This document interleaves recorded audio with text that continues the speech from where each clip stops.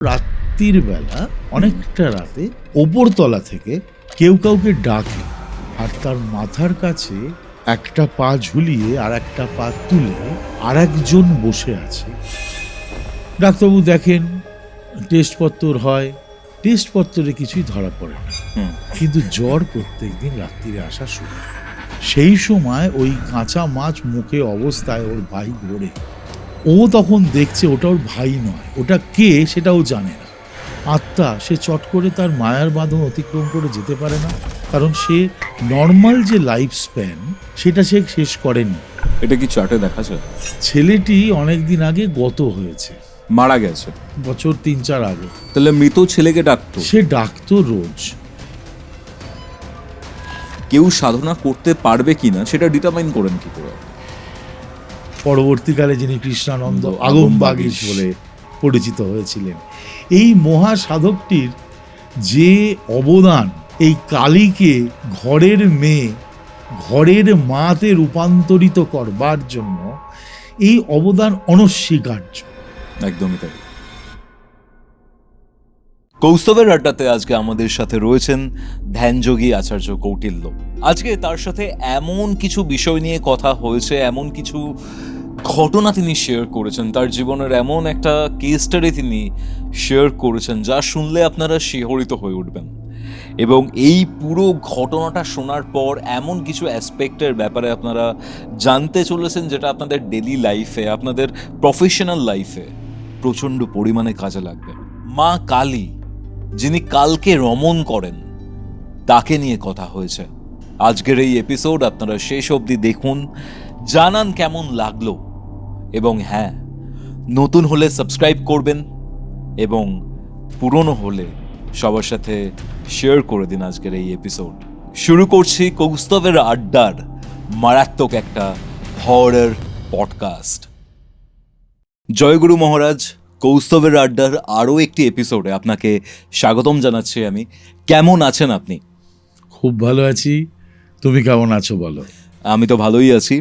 এই এপিসোডটা রেকর্ড করতে গিয়ে আমরা প্রচুর বাধা পেয়েছি, জানি না কেন। এটা হয়তো 6th টাইম যে প্ল্যান হয়েছে এবং সাকসেসফুল হয়েছে। এর আগে 5বার আমরা অ্যাটেম্প্ট নিয়েও এই পডকাস্টটা করতে পারিনি বিভিন্ন কারণের জন্য। এবার সেই কারণগুলো লৌকিক না অলৌকিক সেটা পডকাস্টের শেষেই বোঝা যাবে। রিসেন্টলি আপনার সাথে যখন আমার ফোনে কথা হচ্ছিল, আপনি একটি কেসের ব্যাপারে আমাকে জানান যে কেসটা সত্যি কথা বলতে এমনই টাইপের যেটা খুব একটা শোনা যায় না এবং খুব টেরিফিক একটা কেস। কি হয়েছিল মহারাজ? এই ছেলেটি আমার শিষ্য। আচ্ছা। থাকে ফরিদাবাদে। তো ও একটি বড় কোম্পানির এমআর, একটু উঁচু তলাকার পোস্টে আছে আর কি। তো ওকে পোস্টিং দেয় নর্থ বেঙ্গলে, ওকে, কিছুদিনের জন্য। ওকে।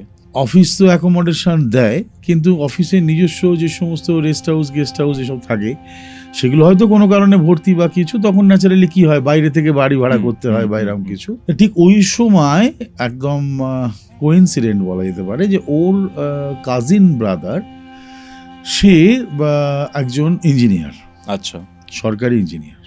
তো ও পোস্টিং তার কিছুদিন আগে পেয়েছিল ওই নর্থ বেঙ্গলেতেই। ওকে। তো ও তখন যখন জানলো যে এরকম ঘটনা ঘটলো, তখন বলল যে আমি যে বাড়িটা ভাড়া নিয়েছি সবে কয়েকদিন থাকা শুরু করেছি, তা যদি তুমি দাদা এখানে আসো তাহলে আমার রুমটা আমরা শেয়ার করতেই পারি, তাহলে ভাড়াটা একটু কম পড়ে, যা হয় একদম। বাড়িটা, এটা তো খুব একটা লোভনীয় প্রস্তাব। মানে ও তো অফিস জয়েন করার আগেই মানে ওর এই খবরগুলো ওর কাছে হয়ে গেল, মেঘ না চাইতেই জল। হ্যাঁ, তো বড়ই আনন্দে পৌঁছলো ওয়েস্ট বেঙ্গল। কোন সালের ঘটনা এটা? এইটা গত বছরের ঘটনা, 2025। ঠিক আছে, ওকে। আচ্ছা, তো সে তো পৌঁছে গেল। এবার পৌঁছে গিয়ে সে তো ওখানে, বাড়িটা বেশ ভালো, 3তলা বাড়ি, 1তলাতে কেউ থাকে না, ওটা পুরোটাই দোকান, মানে এটা মার্কেটের কাছাকাছি আর কি। আচ্ছা। তো দোকান চারিদিকে, আর 2তলা আর 3তলায় মানুষ থাকে। 3তলায় যিনি ল্যান্ড ওনার তিনি থাকেন, আর 2তলাটা উনি ভাড়া দেন। আচ্ছা আচ্ছা। তা 2তলাতে 2-4টে রুম আছে, কিন্তু একটা রুমেই ভাড়া রয়েছে এরা দুজন। বেশ বড়সড় জায়গা, বড়সড় বাড়ি, একটা লম্বা প্রত্যেকটি রুমের জন্য নির্দিষ্ট ডাইনিং আলাদা আছে, সবকিছু মানে আলাদা, খোলামেলা পুরো। খুব সুন্দর জায়গা, দেখবো তো মনোমুগ্ধকর জায়গা। প্লাস নর্থ বেঙ্গলের প্রাকৃতিক পরিবেশ তো এখনো অনেকটাই ভালো আছে। হুম হুম। তো এই সব জন্যে তারা বেশ উৎসাহিত আর কি, দুই ভাই প্রচণ্ড খুশি দুজনেই। তো তারা ওখানে বসবাস করছে, কোনো অসুবিধে নেই হেন তেন। এইবার 2 দিন 4 দিন 5 দিন যা হয় একটা নতুন জায়গায় গিয়ে, প্রথমে 2 দিন 3 দিন না, দুই ভাইয়ের অনেক দিন পরে দেখা হয়েছে, যা হয় আর কি হুল্লোড়েই কেটে গেছে 2-4 দিন ধরে আর কি। তারা বিশেষভাবে ভাবার সুযোগ পায়নি। যখন তারা ওখানে থাকা শুরু করলো, বা কয়েকদিন গেল, 8 দিন 10 দিন গেল, তারা একটা জিনিস নোটিস করলো, রাত্রির বেলা অনেকটা রাতে, রাত্রির 1:30-2 এরকম সময় ওপরতলা থেকে কেউ কাউকে ডাকে, যেখানে ল্যান্ডলর্ড থাকেন। আচ্ছা, গলাটা প্রথম 2 দিন ওরা বুঝতে পারেনি, খুব একটা মানে সেই আকুতি ভরা ডাক, কাউকে ডাকছেন, কিন্তু সে যদি কেউ কাউকে ডাকে খুব মানে প্রাণ দিয়ে ডাকছে, অথচ সে কাছাকাছি থাকে না, আচ্ছা, অনেক দূরে থাকে, অনেক দূর থেকে তাকে ডাকতে হচ্ছে, অনেক বারবার ডাকতে হচ্ছে। ডাকটা এরকম, ডাকটা প্রথম না 1-2 দিন ওরা বুঝতে পারেনি ডাকটা এটা কি অন্য কোনো আওয়াজ, এটা কি মানুষের ডাক, মানে ওরা এটা ঠিক করতে করতে 3-4 দিন চলে গেছে। আওয়াজটা এবার ওদের মনে হচ্ছে চেনা খানিকটা। আচ্ছা, ওরা না এটা ওরমভাবে না ভেবে ওরা তারপরের দিন না তারপরের দিন নিচেই যে দোকানদারদের সঙ্গে তো একটু আলাপ হয়েই গেছে, যারা নিচে, তাদের মধ্যে একজনের সঙ্গে, যিনি একটু বয়স্ক এবং অনেক দিন ধরে ওইখানে দোকান চালাচ্ছেন, তাকে এই ব্যাপারটা জিজ্ঞেস করে। তিনি প্রথমে কিছু বলতে চান না, চেপে যাচ্ছে। তো খুব যখন রিকোয়েস্ট করে তখন বলে ভদ্রলোক রাত্রির বেলা উঠে ওনার ছেলেকে ডাকেন। তা তখন এরা বলে ভদ্রলোকের ছেলে আছে বলে তো জানি না, কারণ উনি বিপত্নিক, উনি একা থাকেন বলেই শুনেছি, আর 2জন কাজের লোক থাকে যারা সন্ধ্যেবেলার পর চলে যায়। আচ্ছা, তো ভদ্রলোক তো একাই থাকেন যতদূর মানে ওরা জানতো আর কি। তো বলছে তখন এই ভদ্রলোক কিছু বলতে চায় না, এই দোকানদার ভদ্রলোক। যাই হোক, অনেক পীড়াপিড়ির ফলে জানা যায় যে ছেলেটি অনেক দিন আগে গত হয়েছে, মারা গেছে, বছর 3-4 আগে। তাহলে মৃত ছেলেকে ডাকতো, সে ডাকতো রোজ। এবার এরা না এদের কাছে ব্যাপারটা বিশ্বাসযোগ্য হয়নি, কিন্তু কয়েকদিন ধরে স্টাডি করার পর বোঝা যাচ্ছে যে হ্যাঁ সত্যি ওনার গলায় এরম হচ্ছে। এবার এরা কি হচ্ছে, এখনের ছেলে, ইয়াং ছেলে, তার মধ্যে একজন ওষুধপত্র নিয়ে তার কারবার, একজন ইঞ্জিনিয়ার, দুজনেই তো মোটামুটি বিজ্ঞানের সঙ্গে সম্বন্ধীয়, ফলে একটা কুচপড়োয়া ভাব এদের দুজনের মধ্যে আছে, আর খুবই অল্প বয়স, খুব বিরাট কিছু বয়স নয়। তো এরা তার সামনের ছুটির দিনকে ওপরে গেছে। ভদ্রলোক কিন্তু অত্যন্ত সদালাপী, অত্যন্ত মানে মিশুকে এবং ভালো মানুষ। তিনি এদের দুজন ওপরে উঠে এসছে, ছুটির দিনকে আপ্যায়ন করেছেন, করে তার ইয়েদের কাজের লোকদের বলেছেন চা দিতে, এসব দিতে। খেতে খেতে ওরা ওই যে ইঞ্জিনিয়ার যে ভাইটি, সে জিজ্ঞেস করে যে কাকাবু, আপনি রাত্রির বেলা আপনার গলার স্বর শুনতে পাই? ভদ্রলোক না এটা শুনে একদম ভেরি ক্যাজুয়াল, মানে এটা যেন ওনার দৈনন্দিন জীবনের একটা পার্ট। উনি মানে একদম নর্মালি, মানে ওটা যেন ওনার একটা কাজ, রাত্রির 1-1:30-2টোর মধ্যে ওনাকে উঠতে হবে এবং ওনার ছেলেকে ডাকতে হবে এবং ছেলেকে খাবার দিতে হবে। মৃত ছেলেকে খাবার দিত? হ্যাঁ, এইটা এই আলোচনার থেকে জানা যাচ্ছে। আচ্ছা, তো এরা তো তার আগে জেনে গেছে যে ছেলেটি নেই, হ্যাঁ, তা খাবার দিত মানে। এবার ওরা না ওটার এত ভদ্রলোক এত কনভিন্সিংলি বলছেন যে এরা না ওটাকে একটা বয়স্ক মানুষের একটা কথা, তো সে তার সন্তান হারা, তো এরা কি করছে, এরা না ওইটাকে আর মানে অপারেশন করতে চাইছে না, অ্যানালিসিস করতে চাইছে না যে আপনার ছেলে তো নেই, কেন আপনি খাতাব দেন, এইসব কিছু বলছে না, মানে চুলচেরা বিচারটা করছে না। যা হয় একজন একটা বৃদ্ধ মানুষ, সে হয়তো ওইটাই হয়তো তার ইলিউশন, উনি হয়তো ওইটা ভেবেই আনন্দ পান যে রাত্রিরে তার ছেলে আসছে এবং খাচ্ছে, ঠিক আছে, এটা হয়তো উনি ওর ভাই ভাবছেন। ভদ্রলোক বললেন যে না, ও তো ওই বারান্দাতে ওকে খাবার দিতে হয়, ও তো ভেতরে ঢুকতে পারে না এখন, ওই জন্য বারান্দাতেই খাবার দিতে হয়, আর সকালবেলাতে আমি ওটা এই আমার কাজে যারা আছে ওরা ওই বাসন ধুতে চায় না, আমিই ধুয়ে মেজে পরিষ্কার করে রাখি, রাত্রিরে আবার আমিই খাবার দিই, ঠিক আছে, মানে ধুয়ে মেজে পরিষ্কার করে রাখি মানে খাবার কিছু প্রায় থাকে না। এবার এরা ভাবছে যে এটা কিভাবে যায়, আদৌ এটা ওনার ভাবনা থেকে উনি বলছেন না কি, মানে এটা তো এদের কাছে বিশ্বাসযোগ্য নয়, এরা যেভাবে নিজেরা ব্যাখ্যা করতে পারছে সেইভাবেই ভেবে নিচ্ছে। একটা প্রশ্ন আছে, এই যে খাবারটা দিতেন, খাবারটা কি 3 তলাতেই দিতেন, মানে নিজের ঘরের বাইরে? বারান্দাতে, ওনার ঘরের বাইরে বারান্দাতেই দিতেন আমি এটা ধরে নিচ্ছি, তাহলে সেখানে তো কুড়বেড়াল এসে খেয়ে যাবে, সেটা তো খুব একটা পসিবল নয়। হ্যাঁ, এইটাই তো একটা ব্যাপার। এবার কি পুরো খাবার আদৌ চলে গেছিল কিনা, শেষ হয়ে গেছে কিনা, নাকি যেরাম আছে সেরমই রয়েছে, উনি ভাবছেন শেষ হয়ে গেছে, উনি হয়তো ডাস্টবিনে, মানে যা হয় মানুষ খুব যে মানে মন্ত্রমুগ্ধের মতো কিছু কাজ করে না, যে কাজে সে তার ভেতরে যেটা ফ্রেম করেছে মেন্টালি, ওইটাকেই ভাবছে, যে সে ভাবছে বাড়িতে কিছু নেই। এটা অনেক সময় হতে পারে, মানে এদের দুই ভাইয়ের অন্তত এরকমটাই অ্যানালিসিস ছিল। আলটিমেটলি কি হয়েছিল সেটা তো পরবর্তীকালের বিষয়, কিন্তু এটা তখনের জন্য এটাই ওদের মধ্যে অ্যানালিসিস। এরপর দিন যায়, রাত্রিরে ওইটা মোটামুটি একটা গা শোয়া হয়ে গেছে, কিন্তু একটা জিনিস এদের কাছে ক্লিয়ার, এরা সেন্সিটিভ ছেলে, ওই যে সময় থেকে উনি ডাকেন তারপর থেকে ওই বাড়ি ঘরগুলোর না অ্যাম্বিয়েন্সটা একটা ডিফারেন্ট হয়। সেটা ঠিক কেমন হয় এরা কিন্তু আমাকে বলতে পারেনি, মানে ওরা ব্যাখ্যা করতে পারেনি। বুঝলাম না, মানে ওই যে ধরো সারাদিন ধরে যে ধরনের একটা অ্যাম্বিয়েন্সে ওরা অভ্যস্ত হয়েছে, রাত্রিরে যখন থেকে ওই ভদ্রলোক ডাকছেন তার সন্তানকে, তার কিছুক্ষণ পর থেকে যে ধরনের পরিবেশ ওদের চারিপাশে ছিল, যে ধরনের ফিলিংস ছিল, এগুলো সমস্ত না ডিফারেন্ট হতে শুরু করে। কেমন একটা ডাম্প টাইপ, কিরম একটা শ্বাসরোধকারী অবস্থা, যেন মনে হচ্ছে কোনো হাওয়াই চলছে না, ঘরের পাখার হাওয়া গায়ে লাগছে না, এইরকম কিছু বিষয় ওই কিছুক্ষণ সময়ের জন্য ওদের এটা মনে হতো। মানে যদি কনসিডার করি 1:30-2টোর সময় ডাকটা পাচ্ছেন শুনতে আপনার শিষ্য এবং তার ভাই, তার আগে যা অ্যাম্বিয়েন্স রয়েছে তার পরের অ্যাম্বিয়েন্সটা কমপ্লিটলি চেঞ্জ, অনেকটাই বদল, রাইট? ওকে ওকে, ঠিক আছে। এবার দিন যায়, 20-22 দিন 25 দিন প্রায় হয়ে গেছে, এই জিনিস প্রায়শই চলে। আচ্ছা,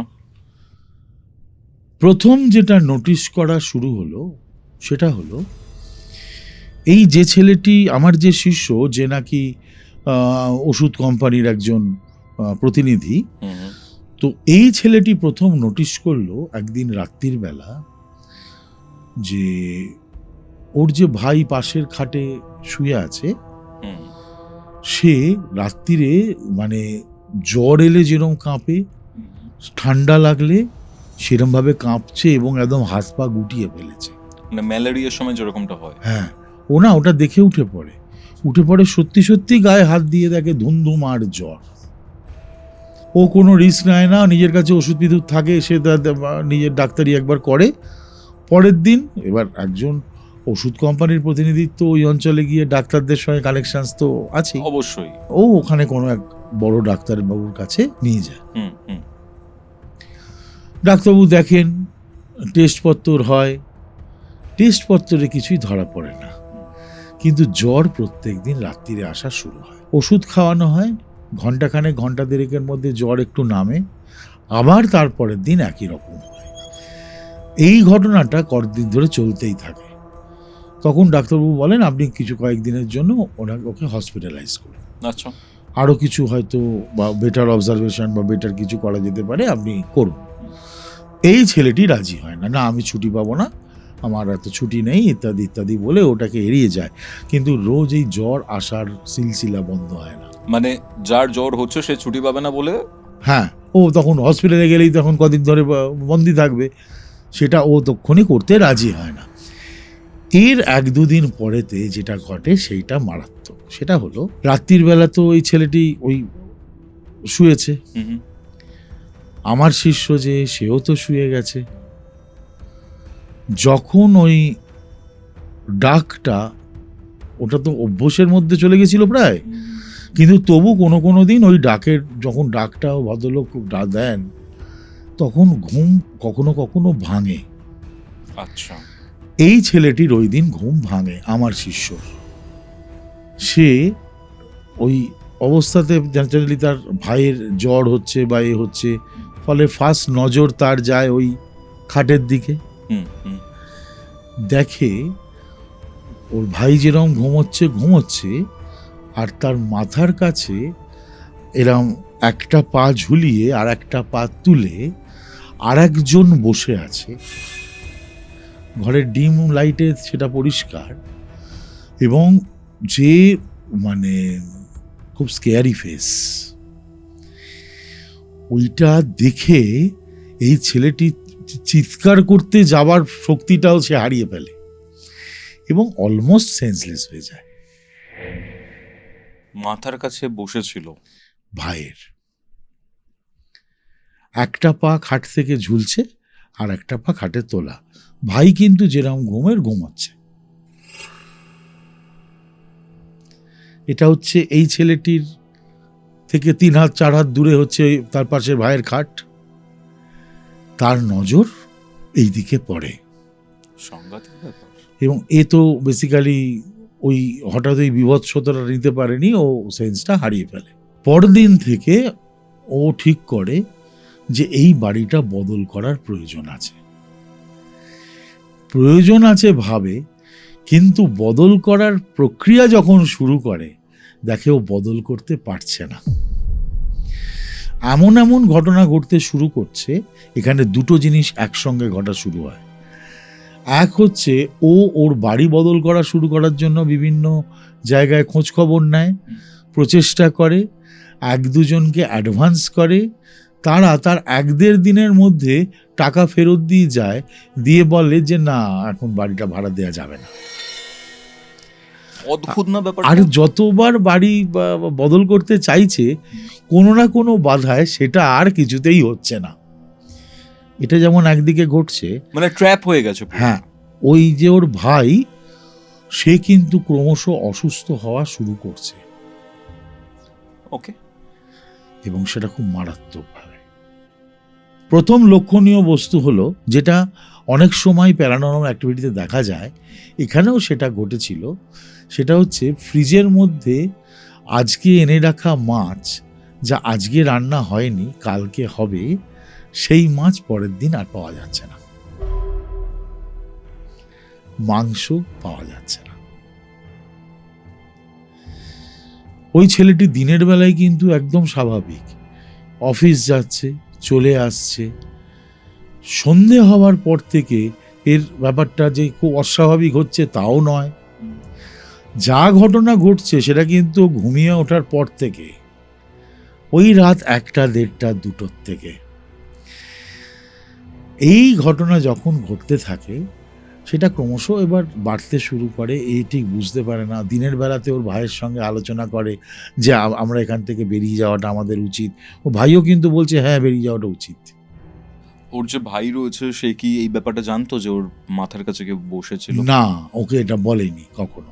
আচ্ছা। কারণ ওই যে অবয়বটা দেখেছিল, সেই অবয়বটাকে না ওই ওর বাড়ির চারপাশেতেও রাত্রির বেলাতে এ দেখতে পায় 1-8 বার। বাড়ির চারিপাশে ঘুরে বেড়ায়? হ্যাঁ, ঘুরে বেড়ায় কিনা জানে না, কিন্তু মানে ও মাঝে সাঝে ওই রাত্রির বেলাতে উঠে হয়তো বা স্মোক করতে হোক, যা করতে হোক, সে হয়তো বারান্দার দিকে আসে, দেখে ওই ঝট করে সরে গেল, এবং প্রায় অলমোস্ট সেম অবয়ব। ঠিক আছে, ও যেটুকুনি দেখতে বুঝেছে সেটুকুনি বলেছে। যখন বাড়ি ঘর ভাড়া পাওয়াটা ওদের কাছে অসুবিধে হয়ে যাচ্ছে, সেই সময় ও প্রথমবার আমাকে ফোন করে জানায় যে এই এই ঘটনাগুলো ঘটছে। সব থেকে সমস্যা তৈরি হলো যেদিনকে ও ওই যে ফ্রিজ থেকে কখন যাচ্ছে, দিনের বেলা তো খাবার যাচ্ছে না, ও ভাইকেও কিন্তু এটা জানায়নি, সন্ধেবেলাতেও আসছে তখনও যাচ্ছে না, এসে রান্নাবান্না করে ওরা নিজেরাই। তো তখন তো দিব্যি ভাই তো সেই মাছ বার করে রাখছে, ফ্রিজ থেকে নর্মাল হচ্ছে, সন্ধেবেলায় অফিস থেকে ফেরার পর দুজনে হাত লাগিয়ে ঝোল ভাত বানাচ্ছে, কই তখন তো কিছু অসুবিধা হচ্ছে না। তাহলে মাছ আবার যাচ্ছে কোথায়? খেয়ে দিয়ে তো দুজনেই শুয়ে পড়ছে। ও রাত্রির বেলা কোনো একটা দিনকে চেষ্টা করে জেগে থেকে বোঝবার কখন এটা যাচ্ছে। ঠিক রাত্রির বেলাতে একদম ওই ডাক যখন শুরু হচ্ছে তার কিছুক্ষণ বাদে ওর ভাই উঠছে, উঠে ফ্রিজ পর্যন্ত যাচ্ছে এবং ফ্রিজের ডালা খুলছে, ভেতরে হাত বাড়াচ্ছে এবং ওখানে দাঁড়িয়ে খাচ্ছে মানে ওই কাঁচা মাছটা? কাঁচা মাছটা। এইটা ও দুবার দেখে, একদিন দেখে, তার 1-2 দিন বাদে আবার একবার দেখে। 3 নম্বর না 4 নম্বর দিনে, মোস্ট প্রবাবলি 3 নম্বর দিনে ও পেছনে বেরিয়ে গিয়ে ডাক দেয়। সেই সময় ওই কাঁচা মাছ মুখে অবস্থায় ওর ভাই ঘোরে। ও তখন দেখছে ওটা ওর ভাই নয়, ওটা কে সেটাও জানে না। ওকে। এবং ওর ভাই ওকে চেস করে, তাড়া করে, লিটারালি। সাংঘাতিক। ওর ভাই কিন্তু বেটে খাটো, হ্যাঁ, এ লম্বা অনেক, আমার শিষ্য অনেক লম্বা, ওর ভাই বেশ বেটে খাটো। ও তাড়া করে এবং আমাকে বলেছিল, গুরুদেব যখন তাড়া করেছে আমি তো প্রাণ ভয় সিঁড়ি দিয়ে নিচে নামছি, বোধহয় 2-3টে স্টেপ দৌড়ে, কিন্তু ও যে স্টেপগুলো ফেলছে, ওর হাইটের মানুষের অত বড় স্টেপ কি করে হচ্ছে সেটা আমি জানি না।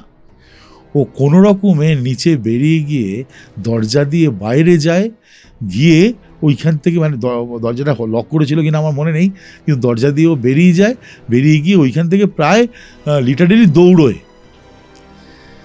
কাছাকাছি খানিকটা দূরে একটা শিব মন্দির ছিল, তার চাতালে বসে বাকি রাতটা কাটায়। পরদিন সকালে ওই দোকান খোলে, যে 2-1জন দোকানদার তাদেরকে গিয়ে বলে, তাদেরকে নিয়ে ঘরে ঢোকে, ঘুরে ঢোকে, দেখে নর্মাল, ভাই ঘুমাচ্ছে, কোথাও কিচ্ছু নেই এবং ফ্রিজে মাছ নেই।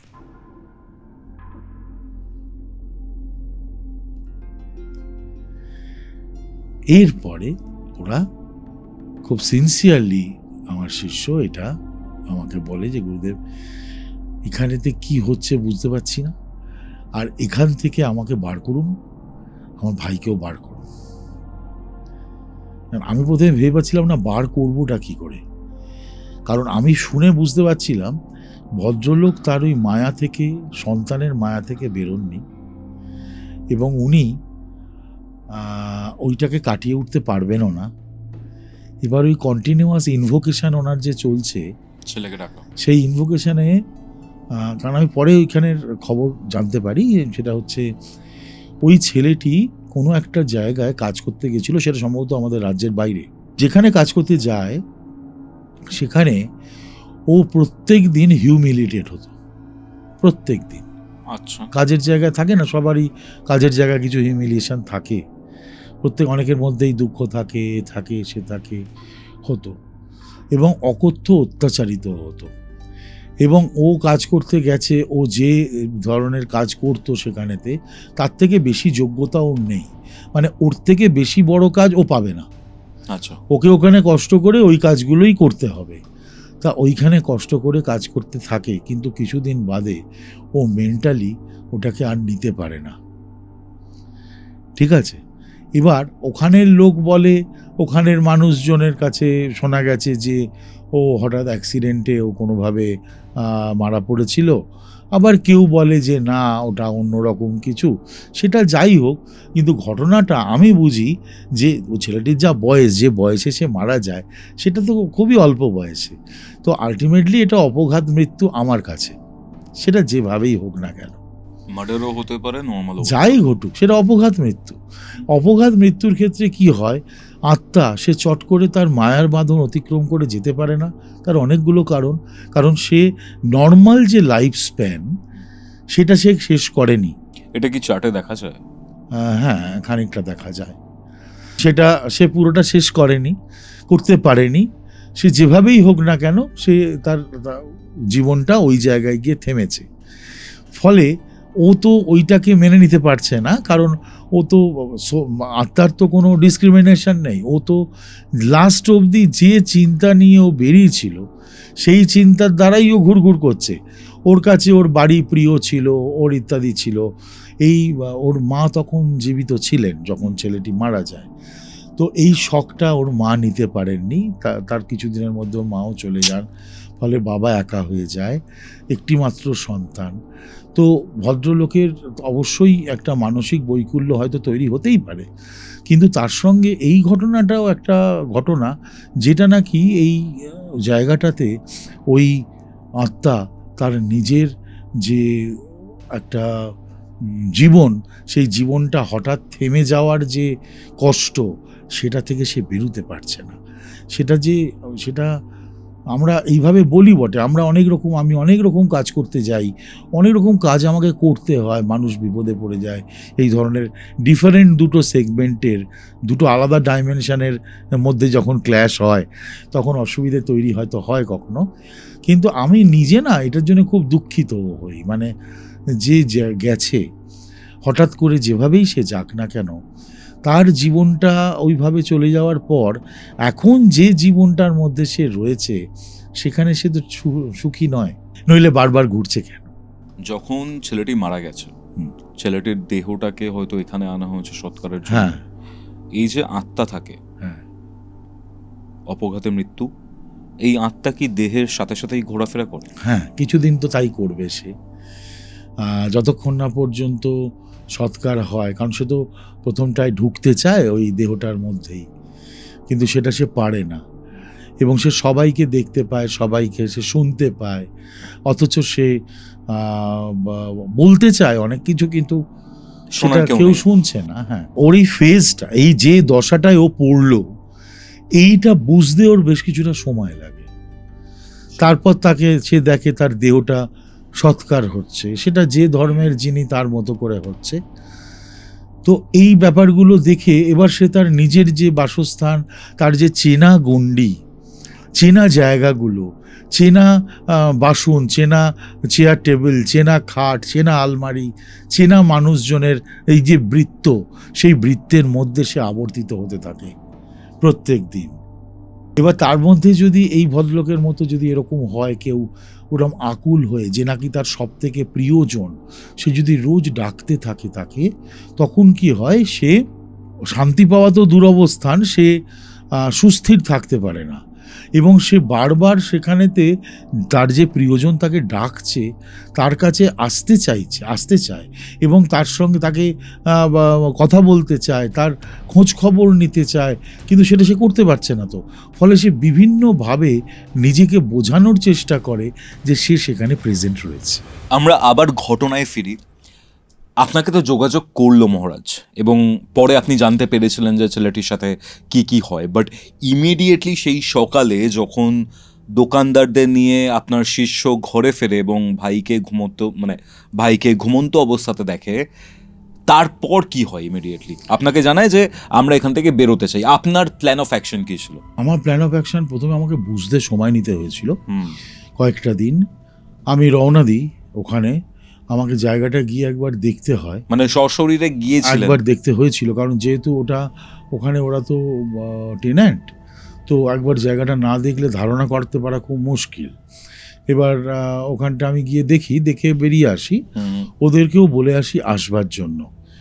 এই মজার ব্যাপারটা হলো, আমি যখন থেকে ওখানে গেলাম, ওরই ছোট ভাইটি বেঁকে বসলো।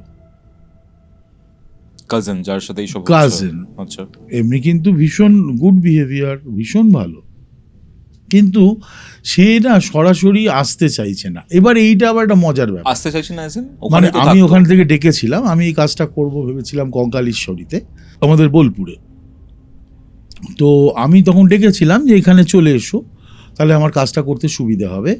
তো ও তো সঙ্গে সঙ্গে রেডি, আমার শিষ্য যে ও তো সঙ্গে সঙ্গে রেডি। কিন্তু না এর ব্যাপারটা মজার ব্যাপার, ও দিনের বেলা বলছে একদম রেডি হয়ে যা দাদা, চল বেরিয়ে যাবো।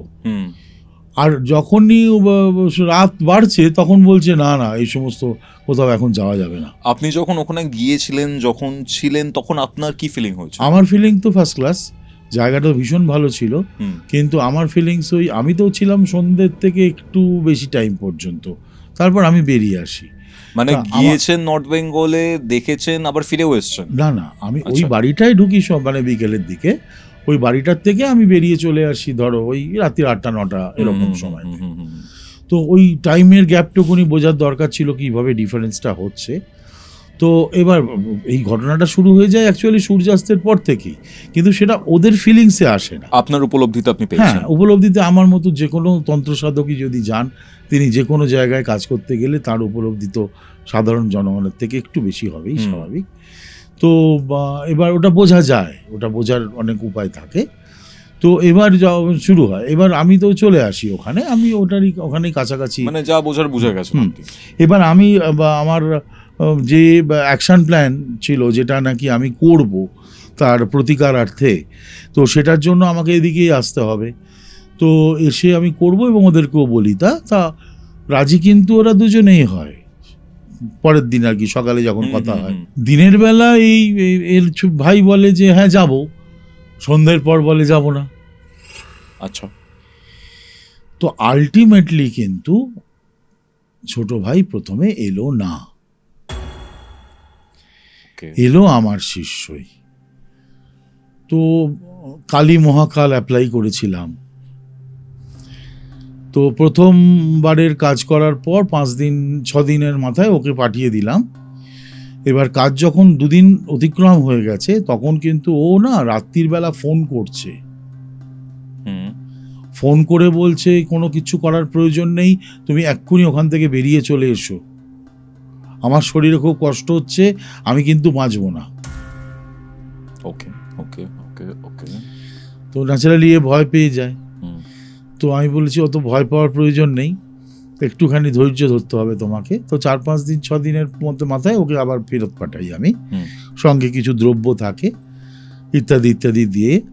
এবার সেগুলো দেওয়া হয়, দিতে দিতে প্রথমে তো রিজেকশান হয়, প্রথমে প্রচণ্ড ক্রুদ্ধ হয়ে যায়, দিনের বেলা কোনো কিচ্ছু বোঝা যাচ্ছে না, সব ক্রোধ উৎপাত শুরু হয় রাত্রির থেকে।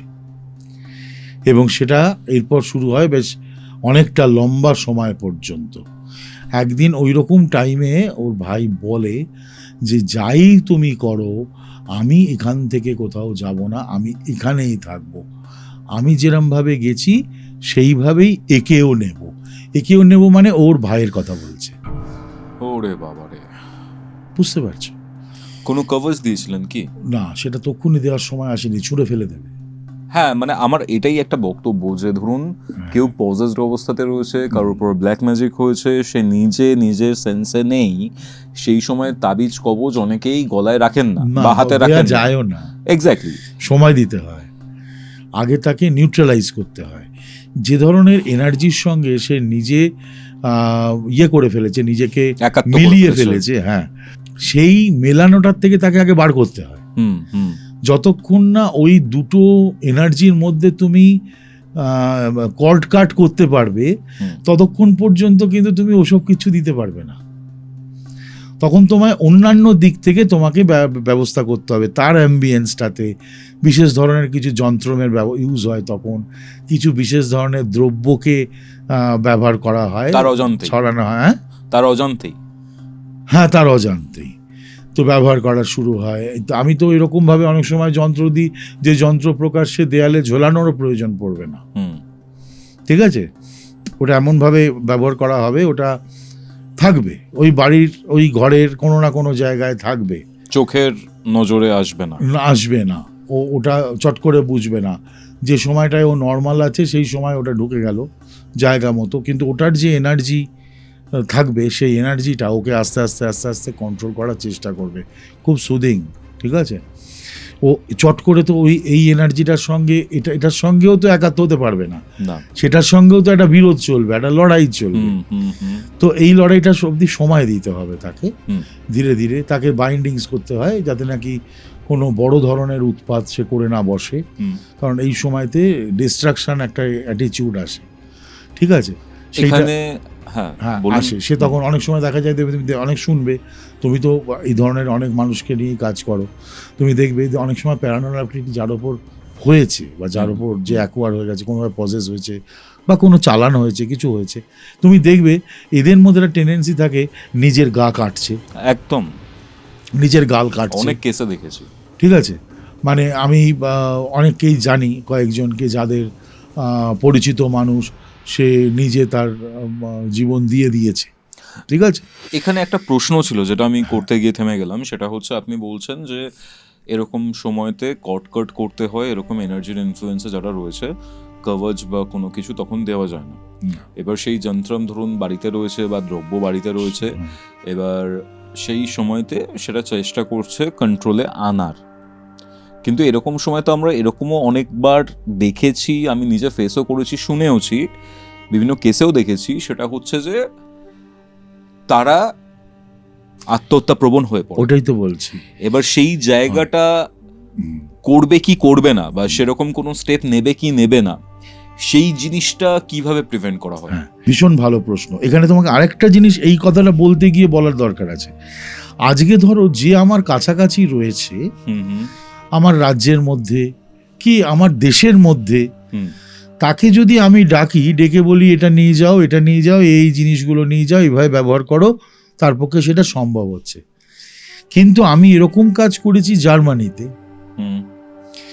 অ্যাব্রডে, কানাডায়, তার পক্ষে তো সম্ভব হচ্ছে না আমার কাছে এসে কিছু নিয়ে যাওয়ার।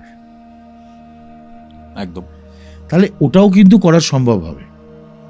দেখো, চালান যদি তুমি ডিস্টেন্সে আছো, অথচ কেউ অনেক দূরে বসে তোমায় ওপর করতে পারে তোমাকে কাছে না পেয়েও, তাহলে তার অ্যান্টি এনার্জিস আর একজন দূর থেকে প্রয়োগ করতে পারবে না কেন? পয়েন্ট, তাই না? একজন ঘরে বসে রইল, অথচ সে ডিস্টারবেন্স ফিল করা শুরু করলো এবং সেটার মধ্যে পড়ে গেল, সেই উৎপাতটার মধ্যে। তাহলে যে তাকে ভালো করতে চাইছে সে দূর থেকে করতে পারবে না কেন? ট্রু। কিন্তু অনেক ক্ষেত্রে এরকম জিনিসটা পাওয়া যায় যে চালানের ক্ষেত্রে ব্যবহৃত কোনো জিনিস অথবা ডিএনএ, চুলনখ, এগুলো দরকার কাছে যদি থাকে। যদি না থাকে তুমি কি করবে বলো? তুমি চুল নখ নিতে বেরোবে? ওই সময়ই পাওয়া যায় না, অনেক সময় ওই সময়ই পাওয়া যায় না। অনেক সময় এমন সময় হয়তো সেই মানুষগুলি এসেছেন যেটা অনেকটা ভোগার পরে এসছে, অনেক জায়গা থেকে ঘুরে এসছে, মেবি অনেকটা ঘুরে এসছে, এবং সেই সময় কি হয়েছে, যত দিন যাচ্ছে তত তো এটা ডেপথ বাড়ছে। এনার্জি একবার তোমায় অ্যাকোয়ার করলে যত দিন যাবে সে তোমার ওপর গেড়ে বসবে। এবং মজার ব্যাপার, এই ধরনের ঘটনা যখন ঘটে, নর্মালি তার যে মস্তিষ্কর অংশ সেটা প্রথম গড়বড় করতে শুরু করবে, সেই জায়গাটা প্রথম কন্ট্রোল নেবে এনার্জি। ফলে কিন্তু ওই ব্যাপারগুলো আসবে, সে তার নিজের গায়েতে নিজের ওপর আঘাত করছে, নিজেকে সে কোনোভাবে ডিস্ট্রয় করতে চাইছে, ওইখান থেকে আসছে। কে নিজেকে ডিস্ট্রয় করতে চায়? এক্স্যাক্টলি, সব মানুষই নিজেকে ভালোবাসে। এ উল্টো কাজ করছে কেন? অ্যান্টি এনার্জির জন্য। এটার জন্য অনেক রকম হয়তো চিকিৎসা হয়েছে তার, যাতে সে এ ধরনের অনেক সময় মনস্তাত্ত্বিক কিছু সমস্যা হতে পারে, তার জন্য অনেক চিকিৎসা হয়েছে, অনেক জায়গা সে ঘুরেছে, এগুলো হয়েছে 8 মাস 9 মাস 1 বছর 1.5 বছর অনেকের গেছে, কিন্তু আলটিমেটলি সেটা ঘটে গেছে। এরকম আমি দেখেছি। আবার ওই রকম 9 মাস 10 মাস ধরে করে করে করে করেও দেখা যাচ্ছে সেই জায়গায় পৌঁছয়নি, তখন একটা ধরো বা একটা সামান্য মহাকাল ক্রিয়া কি অন্য ধরনের কোনো ক্রিয়া, সেই ক্রিয়াটা তাকে রিলিফ দেওয়া শুরু করেছে। এবার আমরা ঘটনাতে আবার ফিরছি, কি হলো তারপর? মানে আপনি তো দ্রব্য দিয়ে দিলেন, বিভিন্ন জিনিসপত্র দিয়ে দিলেন, তারপরে সারাদিন ঠিক আছে, রাতের সময় থেকে আবার উৎপাত শুরু হচ্ছে। কখনো যখন আমি দিলাম তারপর সেইভাবে উৎপাত হচ্ছিল না, কিন্তু হ্যাঁ প্রথম দিকটায় তো ওই একটা লড়াই চলে। প্রথম 4-5 দিন সেটা একটু বড় মাপের হ্যাঁ, হচ্ছিল। সেটাই বলছিলাম। হ্যাঁ, ও তখন খুঁজে বেড়াচ্ছে রাত্রির বেলা কোথায় কি আছে, মানে কিছু একটা যেন আছে যেটা নাকি ওকে ডিস্টার্ব করছে। ও কিন্তু জানে না কোথায় কি আছে। আর বলছে যে ওর ভাইকেও নিয়ে যাবে, এখান হ্যাঁ, থেকে যাবে ও না। বলছে যাই করো আমাকে, কিন্তু আমি কিন্তু একে নিয়েই যাব, মানে এটা হচ্ছে তার বক্তব্য। একদম। সেটা ঘোরে বলুক বেঘোরে বলুক যাই হোক না কেন বলেছিল। তারপর কি হলো? এরপর এটা কদিন চললো, যদিও এই ধরনের সলিউশন ঠিক এইটা তো শেষ অংশ না, এরও অনেক পরে শেষ অংশ আছে। আস্তে আস্তে কিছুদিন বাদে সে ধীরে ধীরে রাত্রির বেলায় ওই যে ডাক ওপর থেকে হচ্ছে ওটা তো বন্ধ হচ্ছে না, আর সেটা বন্ধ করা আমার কর্তব্যের মধ্যে পড়ে না। উনি তো এটা ওনার একটা মায়া, উনি ওর মধ্যে আছেন, ওটাতেই উনি আনন্দ পাচ্ছেন। ওখানে আমি বললেই তিনি শুনবেন এরকম কোনো কথা না, তিনি বিরক্ত হবেন। এটা ওনার জন্য খুব ভালো না, কিন্তু কি করা যায়, এটাই ভাবছিলাম। ঠিক আছে, যাক তিনিও নেই এখন। হ্যাঁ, তো এবার মজার ব্যাপার হলো এই ধীরে ধীরে দেখা গেল যে ওই রাত্রির বেলার যে ওইটায় সেই সময়তে আর ঘুম থেকে উঠছে না, যেরকম ঘুমোচ্ছে বা মানে মাছ খেতে হয়তো যাওয়ার সময়টাতে। হ্যাঁ, আর ওগুলো বন্ধ হয়ে গেছিল। আমি যখন থেকে কাজ শুরু করি ওই খাওয়াগুলো বন্ধ হয়ে গেছিল, কিন্তু ওই সে আর ওই সময় উঠছে না বা অস্থিরতা ওই সময়টায় ওসব কিছু হচ্ছে না। এবং হয়তো কোনো দিন ঘুম ভাঙলো কিছুক্ষণের জন্য, আবার সে ঘুমিয়ে পড়লো, ডিস্টারবেন্সটা কমতে শুরু করলো। তারপর তো তাকে এখানে নিয়ে আসতে হয়েছিল, ওর মানে আমার শিষ্যই নিয়ে এসেছিল তার ভাইকে, এখানে বেশ কিছুদিন থেকে তারপর তাকে ফেরত পাঠানো হয়। এখন তো ওরা ওইখানে থাকেই না, অন্য জায়গায় চলে গেছে। কিন্তু এই প্রয়োগটাতে বেশ সময় লেগেছিল, যেহেতু ওরা অনেকটা দূরে রয়েছে, তো বারবার আসতে পারছিল না, ফলে খানিকটা সময় দিতে হয়েছে বেশি, এবং বেশ কঠিনতম বাধা মধ্যে দিয়ে এই কাজটাকে এগিয়ে নিয়ে যেতে হয়েছে। ইভেন আপনার সাথে আমি 2025-এর ওই সময়টাতে কানেকশনের মধ্যেও ছিলাম, বিভিন্ন তত্ত্ব নিয়ে আলোচনা, পডকাস্টের বিষয়, বিভিন্ন কিছু। আমি এটাও আপনার কাছে শুনেছি, এমন একটা কেস নিয়ে আমি ডিল করছি, নর্থ বেঙ্গলের কেস। আপনি তখনই বলেননি, কারণ আপনি বলেছিলেন যে জিনিসটা সলভ হোক তারপরে তোমাকে বলবো বা পডকাস্টে বলবো। আপনি তো নিজেও ভুগেছিলেন এই পুরো ব্যাপারটার জন্য, মানে আপনার মানে আমার ভুগেছিলাম, মানে চোখটার আমার খুব সমস্যা তৈরি করে দিয়েছে আর কি। ওটা কিছু একটু হয় বুঝলে, যে তান্ত্রিক সাধক গিয়ে এই ধরনের কাজ করবেন, কিছু না কিছু একটা উৎপাত তাকে সহ্য করতে হবে, ঠিক আছে। এই যে মানুষের জন্য নিজের ক্ষতি হতে দেওয়া, বা দেখুন সবটা তো আপনারও কন্ট্রোলের মধ্যে নেই, ঠিক আছে, তা সত্ত্বেও এগুলো কেন করেন? কি করা যাবে, আমার এই জীবনে এটাই কাজ বলে। আমার এই ঘটনা রিলেটেড বেশ কিছু প্রশ্ন রয়েছে। সেটা হচ্ছে যে ছেলেটা কি পজেস হয়ে গেছিল না পার্শিয়াল পজেশন হয়েছিল? পার্শিয়াল পজেশন মাঝে মাঝে হতো, কারণ ও তো জানেই না ও পজেসড হচ্ছে। যখন ও নিজে হেঁটে বেড়াচ্ছে, যাচ্ছে ফ্রিজ অবধি, তখন তো নিজের মধ্যে নেই। আচ্ছা, থাকলে থরি না ওরম ভাবে কেউ চিবিয়ে খায়। আর এই যে পজেশনটা, সেটা আপনার শিষ্যের হলো না, কিন্তু তার ভাইয়ের হলো, কারণ ও দীক্ষিত অনেকদিন আগের থেকে আমার কাছে, এবং খুব পাওয়ারফুল সাধনা ও করে। সেই জন্য ও ভয় পেয়েছিল, সেন্সও হারিয়েছিল, সবই হয়েছিল, কিন্তু কোনো কারণে গুরু কৃপায় ওর উপর বিষয়গুলো আসেনি। দেখুন, এরকম টাইপের কেস যখন আসে তখন সব থেকে বড় একটা পার্ট হচ্ছে তার অ্যাস্ট্রোলজিক্যাল চার্ট প্রেডিকশন করা, বা চার্টের মধ্যে এরকম টাইপের কোনো ব্যাপার আছে কিনা সেটা দেখা।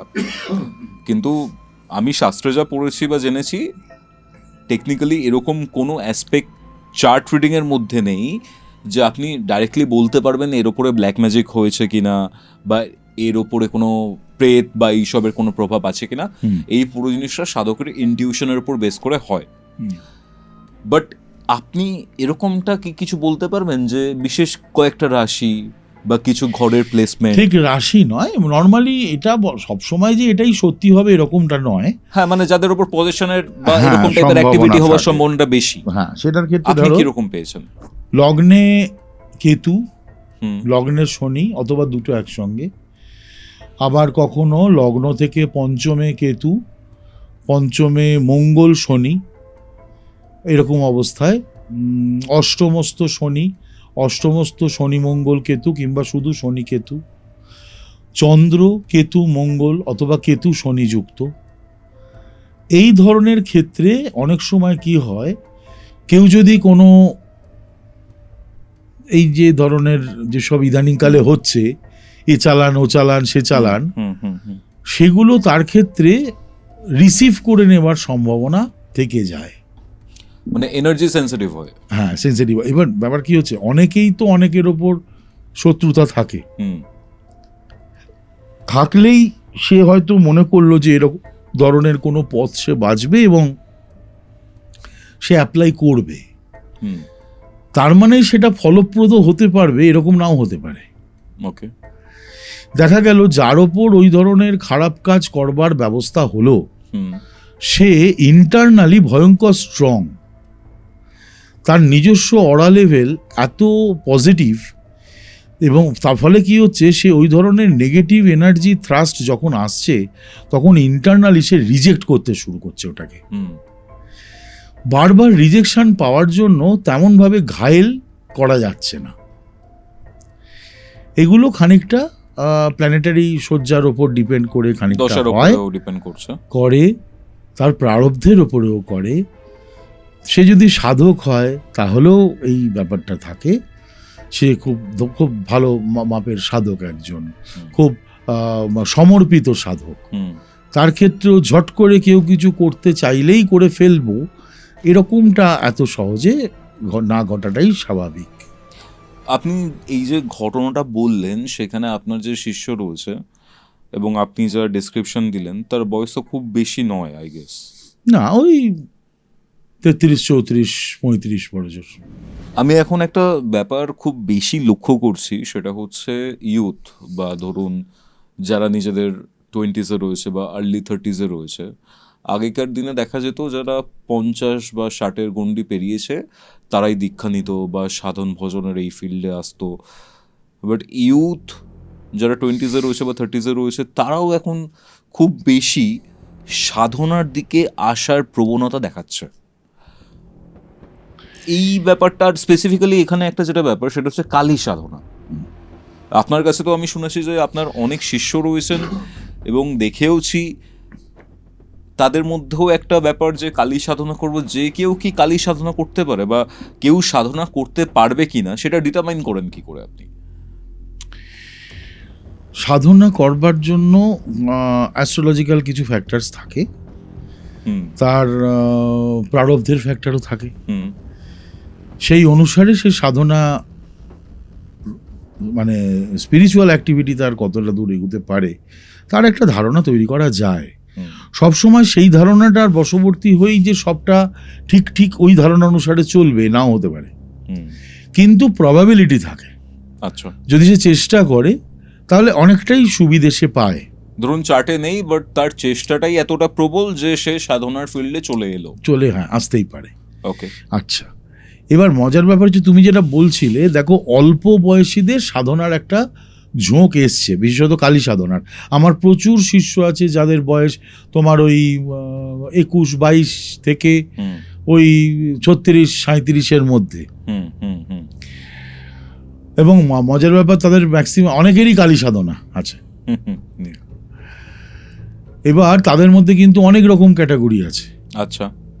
তাদের মধ্যে বিজ্ঞানের ছাত্র আছে, তাদের মধ্যে ইতিহাসের ছাত্র আছে, বা আরেকটু বেশি কিছু আছে, অনেক কিছুই আছে। হুম, কিন্তু তাদের মধ্যে এই ঝোঁক এসছে। আচ্ছা দেখো, আমরা অল্প বয়স থেকে সাধনা শুরু হয়েছে বলে আজকের দিনে অবাক হচ্ছি। তুমি বেদের যুগে দেখো, একটা শিশু সে ব্রহ্মচর্য আশ্রম শুরু করছে মানে সাধনার প্রথম পার্টে ঢুকে পড়লো। হুম, হুম, হুম, হুম, হুম। একদমই তাই। তাই তো, তাহলে সেটা তো অনেক কম বয়স থেকে। হুম, তারপর সে বাকি 3টে আশ্রম সে পার হচ্ছে, গারস্থ আশ্রম, সব কটাকে আশ্রম বলা হচ্ছে, হুম তাই না? বানপ্রস্থ আশ্রম, সন্ন্যাস আশ্রম, তো প্রতিটি আশ্রম তাকে শুরু করতে হয়েছে একদম ছোটবেলা থেকে, এবং সে চলেছে। হুম সে তার মানে তার প্রবৃত্তি, তার নিবৃত্তি, সব কিছুই সে ধীরে ধীরে ধীরে ধীরে শিখেছে। হুম। দেখো বেদের যে টাইম, সেই টাইমটা তো ধ্রুপদী, ওটা তার ক্লাসিক এজ, বেদের যে তা ক্লাসিক মানে কি, ধ্রুপদ মানে যা বারবার ঘটতে পারে। হুম হুম তা ওই রীতির যে মানসিকতা, তা যদি আজকের দিনে আবারও আসে, সেটা ধ্রুপদী বলেই আসছে। সেই definitely. পুরনো মানসিকতা, যে মানসিকতার মধ্যে সত্যতা ছিল, নিষ্ঠা ছিল। আমরা যে আমাদের সাধন তীর্থ ভারতবর্ষ, এটা বলাটাই বোধহয় ভালো, কারণ ভারতবর্ষের মতো সাধন তীর্থ খুব কমই আছে, আমার খুব একটা জানা নেই। তো এটা তো একটা বড় দেশ, যার প্রতিটা ধূলিকণাতে হাজার হাজার ঋষি মনীষীর পদধূলি ছড়িয়ে আছে। হুম তা এইরকম একটা অতি পবিত্র সাধন মার্গের একটা দেশে আমরা জন্মগ্রহণ করে আবার আমাদের পুরনো দিনের মানসিকতায় ছোটবেলা থেকে সাধনায় অনুপ্রাণিত হওয়া যদি আমরা শুরু করি, আমি তো এর মধ্যে ভালোই দেখছি, খারাপ তো কিছু হ্যাঁ, দেখি না। ভালো তো অবশ্যই। এইভাবেই ছোটরা ইদানিংকালে ইন্টারেস্টেড হচ্ছে, কারণ তারা যে সবসময় একদম মোক্ষ লাভের জন্য কালী সাধনা করতে আসছে, ঠিক সেটা তো নয়। হুম হুম মেটেরিয়াল ওয়ার্ল্ডের ওয়ান্টও আছে তাদের মধ্যে, হুম হুম জীবন ধারণের জন্য তাদের অনেকেই বড় হতে চায়, হুম অনেকেই জীবনে ওয়েল বিং যেটাকে আমরা হুম বলি হুম সেটা পেতে চায়। হুম স্বাস্থ্য, সুরক্ষা, আর্থিক উন্নতি, পরিবার নিয়ে ভালো করে থাকা, এই সবকটাই তার চাহিদার মধ্যে থাকতে পারে। হুম একটা সময় মানুষের ধারণা ছিল কালী সাধনা করতে আসা মানেই বোধহয় বাঘছাল পরে গিয়ে জঙ্গলে ঢেড়া করে ঘুরে বেড়াবে, তা তো নয়। হুম এই প্রসঙ্গে এটা না বললে হয় না যে এই যে কালী ঘরে ঘরে ঢুকেছেন, হুম কালীকে তো সবাই আমরা জঙ্গলে, বনে, শ্মশানে ফেলে রাখতাম, তাই নয় কি? হুম একটা সময় পর্যন্ত মা কালীর ঠিকানা কোথায় ছিল? শ্মশানে। কেয়ার অফ শ্মশান। এখন তো কালী ঘরে ঘরে এসছেন, তা হুম একটি মানুষের, হয়তো অনেক মানুষের তার জন্য বিরাট অবদান আছে। শ্রীরামকৃষ্ণ পরমহংসেরও বিরাট অবদান আছে, যে কালীকে ঘরের মানুষ করে ফেলা, নিজের মতো করে তাকে বলা, নিজের মতো করে পরম আত্মীয়ের মতো করে তাকে বলা, এই যে সহজতম পথ পরমহংসদেব দেখিয়েছেন, বামাখ্যাপা দেখিয়েছেন, যে খুব সহজ করে ঈশ্বরকে, অত বড় একটা মারাত্মক শক্তিকে সহজ করে বলা, সহজ করে ডাকা দেখিয়েছেন। কিন্তু যার কথা একেবারে না বললে নয়, তিনি হচ্ছেন সেই ধরো 1500 শতাব্দীর শেষের দিকে, 1600-র গোড়ার দিক বোধহয় হবে, সময়কালটা নিয়ে অনেক বিতর্ক আছে। সেই ভদ্রলোক কৃষ্ণানন্দ ভট্টাচার্য, পরবর্তীকালে যিনি কৃষ্ণানন্দ আগমবাগীশ বলে পরিচিত হয়েছিলেন, এই মহাসাধকটির যে অবদান এই কালীকে ঘরের মেয়ে, ঘরের মাতে রূপান্তরিত করবার জন্য, এই অবদান অনস্বীকার্য। একদমই তাই। তো এই ক্ষেত্রে আপনি যেটা বললেন যে ইউথের মধ্যে আবার এই পুরো জিনিসটা ফিরে আসছে, সাধনার দিকে তারা আবারও ফিরে আসছে, ক্লাসিক একটা ব্যাপার, সবাই কি কালী সাধনা করতে পারে? না, সবাই সব কিছুর জন্যে প্রস্তুত নয়। আচ্ছা। হয়তো সে নিশ্চয়ই সেটা করতে পারবে, হয়তো এক্ষুনি পারছে না, কোনো এক সময় পারবে। সেটা আমরা তো জন্মান্তরবাদে বিশ্বাসী বাবা, আমরা তো হিন্দু সনাতন ধর্মের সাধক, তো আমরা তো জন্মান্তরবাদকে বিশ্বাস করি। তা হয়তো এই জন্মে পারবে, হয়তো আরেকটু অন্য বয়সে থেকে, আবার হয়তো আমাদের কেউ কেউ অন্য কোনো জন্মে আবার হয়তো সেই দেবীকে সাধনা করতে পারবো। সেটা শুধু কালী বলে নয়, অন্য যে কোনো দেবী বা দেবের ক্ষেত্রেও এটা সত্যি। সবাই সব কিছুর জন্যে প্রস্তুত নয়, আগে প্রস্তুত হতে হবে। আর আমি আপনার কথা থেকে যেটা বুঝতে পারলাম, সাধনার অ্যাসপেক্ট তো রয়েছে, কিন্তু যারা সাধনা করছে, আপনার থেকে দীক্ষা নিচ্ছে, তার একটা মেজর কারণ আমি বলতে পারি নিজের ওয়েলবিং বা অর্থনৈতিক উন্নতি, শারীরিক উন্নতি, ঠিক। মানসিক উন্নতি, ঠিক। পরিবারের উন্নতি। সাধনার যে এরকম একটা অ্যাসপেক্ট রয়েছে সেটা হয়তো অনেকেই জানেন না। আর আমি আর একটা কোশ্চেন এখানে জানতে চাই, খুব ছোট করেই জানতে চাইবো। আমরা বারবার শুনি, অডিয়েন্সের জন্য এটা আমি রাখছি, প্রারব্ধ, এইটা আমরা বারবার শুনি। প্রারব্ধ কর্ম, এটার কনসেপ্টটা কি? ছোট করে আমাকে একটু জানান। দেখো, আমি বললাম আমরা জন্মান্তরে বিশ্বাসী। একদম। প্রত্যেক জন্মেই আমরা কিছু না কিছু করেছি। হুম আমি কিন্তু খারাপ ভালো এইসব প্রসঙ্গে আসছি না। হুম কর্মই, ওকে। হুম তাই না? বিজ্ঞানের ভাষায়, সায়েন্সের ভাষায়, ফিজিক্স কেমিস্ট্রি যাই আমরা বলি, তাতে ধরো কোনো মেটেরিয়াল, কোনো এলিমেন্ট, সেটা আমাদের শরীরের জন্য বিষাক্ত। হুম তো আমরা কিন্তু ওটাকে বিষ বা ওরাম করে সায়েন্সে বলি না, তো আমরা বলি প্রপার্টিজ, ইয়া একদম। তাই না? হুম। বাংলা করলে হয় গুণাবলী। হুম ঠিক একইভাবে স্পিরিচুয়াল ল্যাঙ্গুয়েজে কর্ম কিন্তু এটা ভালো, ওটা খারাপ, আমি কি খুব পাপ করেছিলাম, এই সমস্ত কথার কোনো দরকার নেই। কারণ পাপ পুণ্যের বিচার করার মতো ক্ষমতা আমার তো নেই, অন্য কারুর আছে কিনা জানি না। গীতায় শ্রী ভগবানের আছে, দেবী ভাগবতে দেবীর আছে, মহাকালের আছে বা কাল ভৈরবের আছে, আমাদের তো নেই সাধারণ মানুষের। সেই জন্যে পাপ পুণ্যের বিচারে না গিয়ে আমরা এই কথায় আসি, আমরা যা যা করে এসেছি, যে ধরনের প্রকৃতিগত কাজ আমরা করেছি, সেই অনুসারে আমরা কিছু সঞ্চয় করেছি, হুম। তাই হলো প্রারব্ধ, যা ক্যারি ফরওয়ার্ড হয়। মা কালী যে ঘরের মেয়ে, ঘরের দেবী হয়ে উঠলেন, সেখানে অনস্বীকার্যভাবে কৃষ্ণানন্দ আগমবাগীশের ভূমিকা রয়েছে। কৃষ্ণানন্দ আগমবাগীশের এই যে ব্যাপারটা, যে কিভাবে উনি কালীকে ঘরের মেয়ে হিসেবে প্রতিষ্ঠিত করলেন, সেটা জানতে চাই। কৃষ্ণানন্দ আগমবাগীশের যে পরিবার আর কি, হুম। সেটা শোনা যায় সেটা ভক্তি মার্গের ফ্যামিলি ছিল, যারা বৈষ্ণব। হ্যাঁ, ওদের বোধহয় ওনাদের ইষ্টদেব ছিলেন রাধাবল্লভ। হুম। কৃষ্ণানন্দ যে ইয়ের ভট্টাচার্যের বাবা, তিনিও মহাপণ্ডিত ছিলেন। হুম কৃষ্ণানন্দের ভাই মাধবানন্দ, উনিও কিন্তু ইয়ে ছিলেন, বৈষ্ণব সাধক ছিলেন। হুম আরেক ভাই ছিলেন সহস্রাক্ষ, উনি গোপাল সেবা করতেন। তো কৃষ্ণানন্দ ছোটবেলা থেকেই কালীর প্রতি, তার দেবী সাধনার প্রতি তার একটা ঝোঁক আসে। ধীরে ধীরে তিনি দেবী সাধনায় আকৃষ্ট হন এবং সেটা করতে থাকেন। এবং ওনার বারবার এটাই ফ্যাক্টর থাকে, উনি না নিজে মূর্তি গড়ে নিজে পুজো করতেন। আচ্ছা, আগে যন্ত্রে পূজিত হতেন। হ্যাঁ, এক সময় তো দেবী যন্ত্রেতেই পূজিত হতেন। হুম। তো কৃষ্ণানন্দ নিজে মূর্তি গড়ে নিজেই পুজো করতেন। এবং একটা সময়তে উনি মানে ওই সেই ওনার যে পুজোর যে গভীরতা, ওনার যে ডিভাইন এনার্জির সঙ্গে যে অ্যালাইনমেন্ট, হুম। সেটাতে তখন আর মৃন্ময়ী দেবী মনে হতো না। আচ্ছা। দেবী চিন্ময়ী রূপে মানে মনে হয় যেন সে একদম জ্যোতির্ময়ী একটা অবস্থা তৈরি হতো। বারবার ওনার মনের মধ্যে এই প্রার্থনা ছিল যে উনি ওই সরাসরি সশরীরে মাকে কেন দর্শন পাচ্ছেন না, হুম। এবং মায়ের মূর্তিটা ঠিক কেমন হবে সেটা উনি বুঝে নিতে পারতেন। হুম।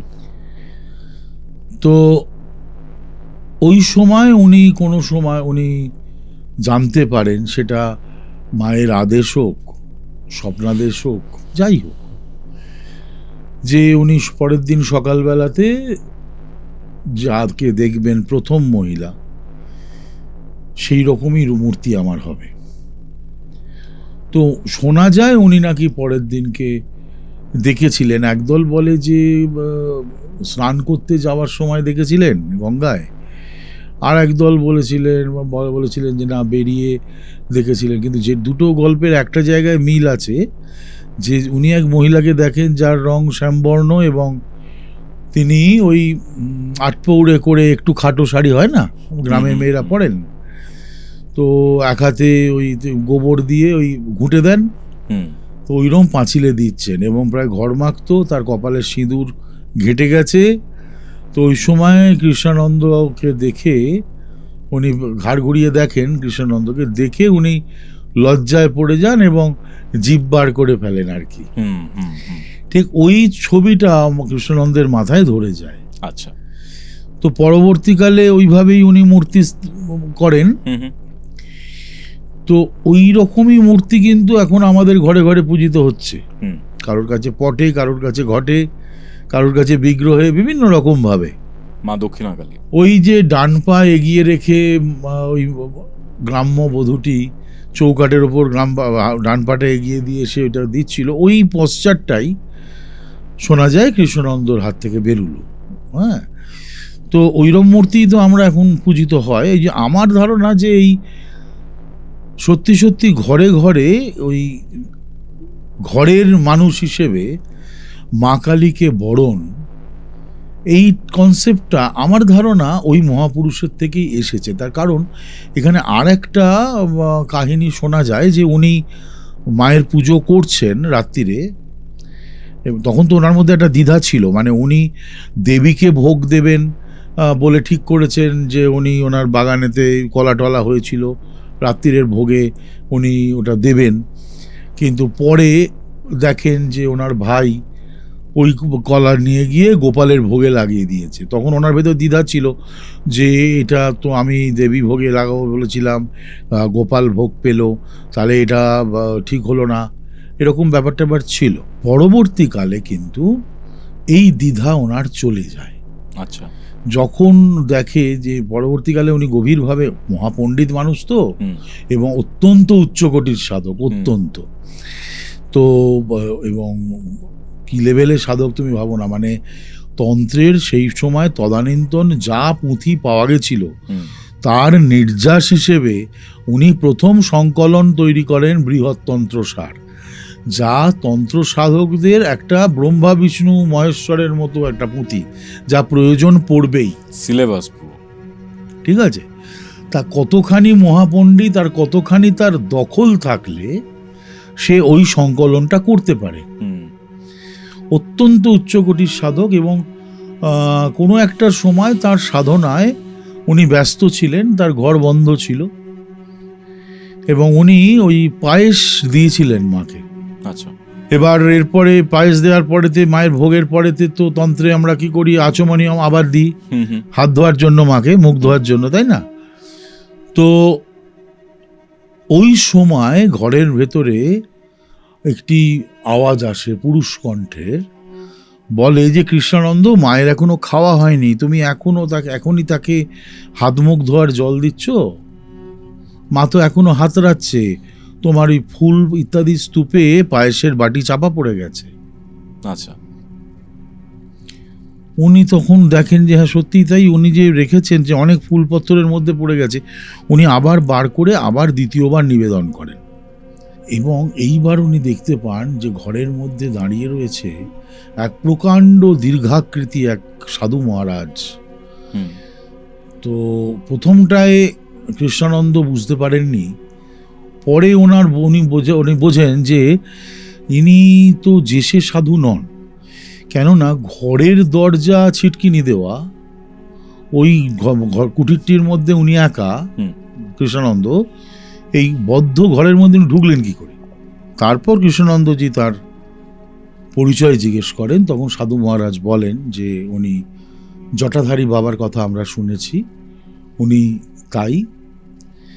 তো মায়ের সঙ্গে তার এই যে একটি প্রীতি ভাব কৃষ্ণানন্দের, এই যে ঘরের মাকে আরাধনা করার মতো যে মনস্তত্ত্ব, সেইটা উনি শুনেছিলেন, কিন্তু নিজে স্বচক্ষে দেখতে আসার জন্য উনি আসেন, এবং কৃষ্ণানন্দ অনুরোধ করেন কিছুদিনের জন্য ওখানে নবদ্বীপে থাকবার জন্য, উনি সেটা স্বীকার করেন ওই নিমন্ত্রণ। আচ্ছা, সেই কয়েকটা দিন কিন্তু উনি কৃষ্ণানন্দ জটাধারী বাবার সঙ্গ করেছিলেন, উনি তো অনেক উচ্চকোটির সাধক ছিলেন। তো এগুলো কথিত আছে, শুনতে পাওয়া যায়।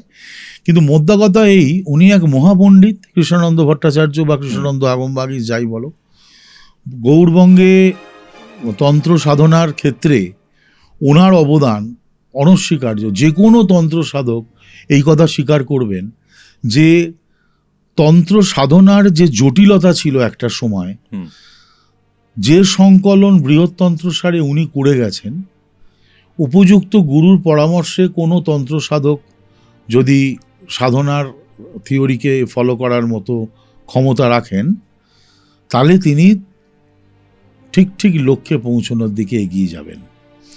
এবং তন্ত্র সাধনা যে অ্যাপ্লিকেশন, যা নাকি তো একটা ওয়েলবিং হিসেবে ব্যবহার করা যায়, তার ধারণাও কিন্তু এই কৃষ্ণানন্দ আগমবাগীশের শাস্ত্র থেকেই আমরা পাই প্রথম। ওকে, তার আগে এগুলো যে ছিল না তা নয়, কিন্তু সেগুলো তো দুষ্প্রাপ্য, গুপ্ত অবস্থায় ছিল। উনি তাকে প্রকাশ্যভাবে এই যে সংকলন করে বিভিন্ন রকমের সাধনাকে একত্রিত একটি পুঁথির মধ্যে নিয়ে এসছেন, যা পরবর্তী সাধকের ক্ষেত্রে বেদের মতো কাজ করেছে, তাই না? একদম। তো এই জন্যে ওনার কথাটা একটু বলার প্রয়োজন পড়লো, যেহেতু কালীর বিষয়ে আমরা আলোচনা করছি।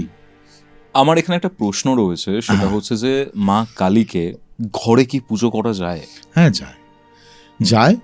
নাম মন্ত্র ব্যবহার করা যায়। যদি সে দীক্ষিত হয়, তাহলে গুরুদেব যে দীক্ষা তাকে দিয়েছেন, কালীর যে মন্ত্র দিয়েছেন তা তিনি বলবেন। আর যদি তা না পেয়ে থাকেন, তিনি কালী নাম মন্ত্র ব্যবহার করতেই পারেন, কালী নাম জপ তিনি করতেই পারেন, এবং সেটা ভালোই হবে, খারাপ কিছু হবে না। ওকে। নাম জপের মহিমা আছে। কেউ যদি বাড়িতে মা কালীর ছবি রেখে পুজো করেন বা তার নাম একাত্মভাবে করেন, এটা তার জন্যে মানে ভীষণ উপযোগী। কারণ কালীর যে নামেই তিনি উচ্চারণ করুন না কেন, কালীর নাম অনেক কিছুতে তোমাকে সহায়তা করবে, অনেক কিছুতে। ওকে। মানে বড় রকমভাবে সহায়তা করবে। এমন ধরনের জটিলতা যার থেকে সহজে তুমি বেরোতে পারছো না, কালী নাম তোমাকে সেখান থেকে অতিক্রম করাবে। এটা আমি জীবনে দেখে এসেছি। কালী নাম এমন অনেক কিছু থেকে নিয়ে যাবে যার তুমি ব্যাখ্যা করতে পারবে না। এখানে একটা বিষয় আমি একটু বলে দেওয়া দরকার। দেখো, কালী তিনি যিনি কালকে রমণ করেন, এটা আমরা সবাই জানি এই শব্দটা। কাল বলতে তো টাইম বোঝায়, তাই না?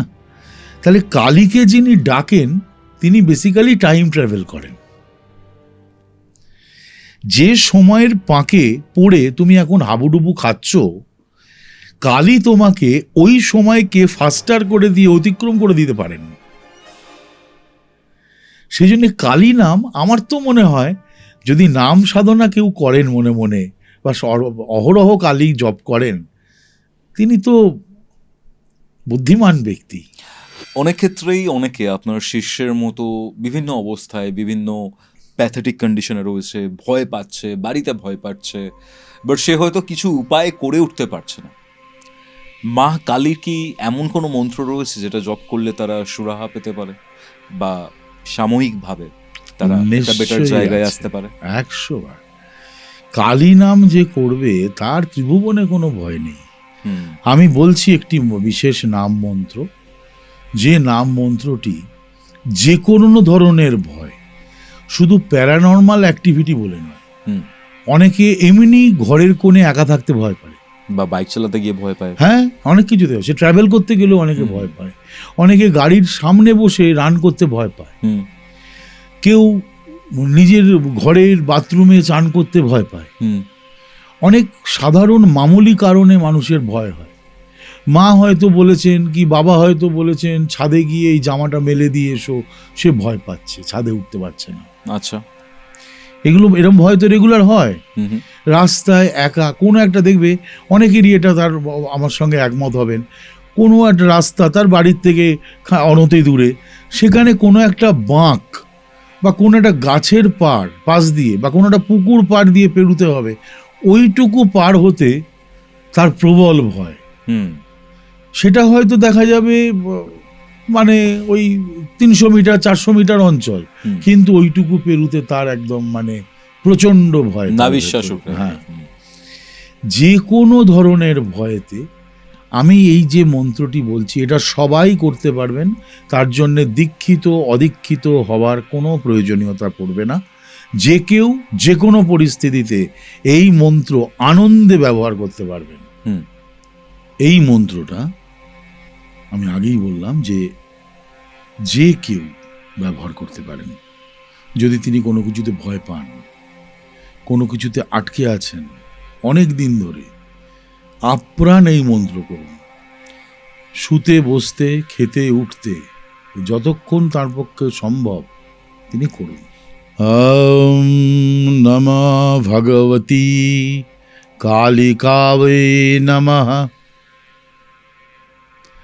ওম নমঃ ভগবতী কালিকাবে নমঃ। ওম নমঃ ভগবতী কালিকাবে নমঃ। মনের আনন্দে এই মন্ত্র করা যেতে পারে যে কেউ। ওকে ওকে ওকে। আপনার কথাবার্তাতে এবং আপনার সাথে তো বারংবার সাক্ষাৎ হয়েছে, ডিসকাশন হয়েছে, কথাবার্তা হয়েছে পডকাস্টে এবং পডকাস্টের বাইরে বিশেষ করে, আমি যেটা জানি সেটা হচ্ছে ক্লায়েন্টসদের ক্ষেত্রে, শিষ্যদের ক্ষেত্রে বা নিজের জীবনের বিভিন্ন সাধনার ক্ষেত্রে আপনি মা কালীকে প্রয়োগ করেছেন। এই যে কালী প্রয়োগ, এই কালী প্রয়োগের মাহাত্ম্য কি? কালী প্রয়োগের মাহাত্ম্য অনেক। হুম। কালী প্রয়োগ একই সঙ্গে দুরকম ফ্যাক্টর হয়। কালী প্রয়োগ অনেক অনেক ভার্সেটাইল ক্ষেত্রে প্রয়োগ করা যায়। আচ্ছা। যেমন ধরো কারুর ইয়ে হচ্ছে, পরিবর্তন হচ্ছে না, মানে কর্মের সে ইয়ে চাইছে, ওটাকে কি বলে, ট্রান্সফার। হুম হুম। অনেক দিন ধরে তার ট্রান্সফার হয়তো হওয়ার কথা কিন্তু হচ্ছে না, হুম। সেক্ষেত্রে কালী প্রয়োগ ব্যবহার হতে পারে। আচ্ছা। প্যারানর্মাল ক্ষেত্রে তো ব্যবহার হয়ই, হুম হুম। কালী মহাকাল একসঙ্গে। হুম। আর ধরো ইয়েতে ব্যবহার হয় অনেক সময়, অনেকের বারবার বিবাহ ভেঙে যায়, হুম হুম হুম হুম। কথাবার্তা সব হয়, সব ফাইনালের দিকে এগুচ্ছে, শেষ মুহূর্তে ভেঙে যায়, সেখানে কালী প্রয়োগ অভ্যর্থ, তো ব্যবহার করেছি অনেকবার। আচ্ছা, কোনো স্টুডেন্ট পড়াশুনো করছে, যথেষ্ট চেষ্টা করছে, প্রচুর মেহনত চলছে, তাকে হয়তো কেউ বলেছেন নীল সরস্বতী কবচ পড়ো, কেউ বলেছেন এই পড়ো, কেউ বলেছেন ওই করো, হচ্ছে, কিন্তু তার ক্ষেত্রে খুব ছোট্ট কালী প্রয়োগ তার ক্ষেত্রে এই ধরনের বাধাগুলোর থেকে তাকে মুক্ত করে। এমন অনেক গ্রহগত বাধা, যে বাধাগুলো সহজে অতিক্রম করা যায় না, হুম। সেগুলো কোনো না কোনো সময় কামড় দেবেই। আচ্ছা। সেক্ষেত্রে কালী প্রয়োগ, কালী শক্তির ব্যবহার একটা অনবদ্য ওষুধ হিসেবে কাজ করে, ঠিক আছে। আর বাকি ভয়, তোমার এই ভূত প্রেত ইত্যাদি ইত্যাদি বিষয়ে তো ব্যবহার করছি, কন্টিনিউয়াস করি অনেক দিন ধরে। যারা ধরো ভুগছেন, চিকিৎসা চলছে তো চলছেই। এবার ওষুধ অনেক সময় কি হয়, শরীরের রেসপন্স অনেক সময় কম করে, হুম। শরীরের রেসপন্সকে খানিকটা বাড়ানোর জন্য কালী প্রয়োগ অনেক সময় যুক্তিগ্রাহ্য কাজ হয়। এরকম অনেক ক্ষেত্রে কালী প্রয়োগ আমি করি, ঠিক আছে। ওকে ওকে। ঠিক আছে, সেটাতে অনেকটা সুবিধেও পাওয়া যায়, হুম। খুব সুদিং প্রয়োগ, হুম। এই প্রয়োগের ভয়াবহতা নেই। আচ্ছা। প্যারানর্মাল ক্ষেত্রে হয়তো কখনো কখনো হতে পারে, কিন্তু আদারওয়াইজ সাধারণ জীবনযাপনে তার সফলতা আনার জন্যে কালী প্রয়োগে খুব সুদিং, মানে ওর জন্য বিরাট কোনো ভয় পাওয়ার বিষয় নেই। সেম মন্ত্র আপনি প্রয়োগ করছেন, সেম মন্ত্র অন্য অনেক তান্ত্রিক বা সাধকও প্রয়োগ করছেন, কিন্তু অনেক ক্ষেত্রেই যেটা দেখা যায়, যেটা আপনার মাধ্যমে কাজটা সম্পন্ন হচ্ছে বা কাজটা হচ্ছে, সেটা হয়তো অন্যান্য অনেকের মাধ্যমেই হচ্ছে না। মন্ত্র সেম, গুরু পরম্পরা অনুযায়ী ডিফারেন্ট হতে পারে বিভিন্ন পদ্ধতি, বাট হ্যাঁ, প্রত্যেকের গুরু পরম্পরা নিজস্ব একটা জায়গা এবং নিজস্ব একটা ইউটিলিটি রয়েছে। তাহলে সব সাধকের মাধ্যমেই কাজ কেন হয় না? মানে সাধকের অবক্ষয়ের জায়গাটা কি এখানে মেন হয়ে ওঠে? না, এটা ঠিক সাধকের অবক্ষয়ের জন্য হয় না। এটা যে কোনো ধরনের ক্রিয়া, যে কোনো কাজ, সেটা আয়ুর্বেদিক চিকিৎসাই হোক, অন্য কোনো ধরনের ক্রিয়া হোক যা অ্যাপ্লাইড ফ্যাক্টর, সেটা কখনো কাজ করতে পারে, কখনো নাও করতে পারে। এটা সবার জন্যই সত্যি।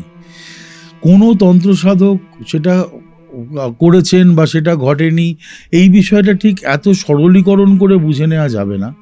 হতে পারে এমন কারুর জন্যে হচ্ছিল যে এমন একটা ফেজে রয়েছেন, তার জন্য যতটা প্রয়োগ বা যতটা প্রয়োগের গভীরতা বাড়ানোর দরকার ছিল, হয়তো সেই জায়গাটা বুঝতে খানিকটা ভুল হয়ে গেছে। অথবা এই যে ধরনের কাজের ক্ষেত্রে বলছো, সে ধরনের কাজে হয়তো কালী প্রয়োগের জায়গায় অন্য কোনো প্রয়োগ সেক্ষেত্রে অনেক দ্রুত এবং কার্যকরী হতে পারত।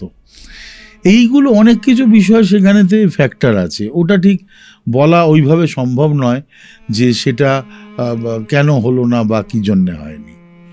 আর সাধকের অবক্ষয়ের ব্যাপারটা কি? সাধকের অবক্ষয় মানে যিনি সাধনা করছেন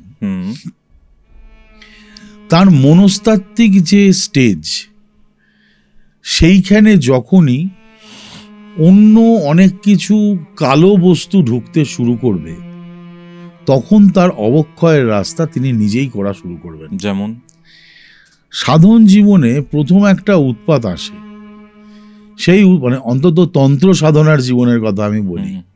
তন্ত্র সাধনার জীবনে একটা বড় সমস্যা হচ্ছে,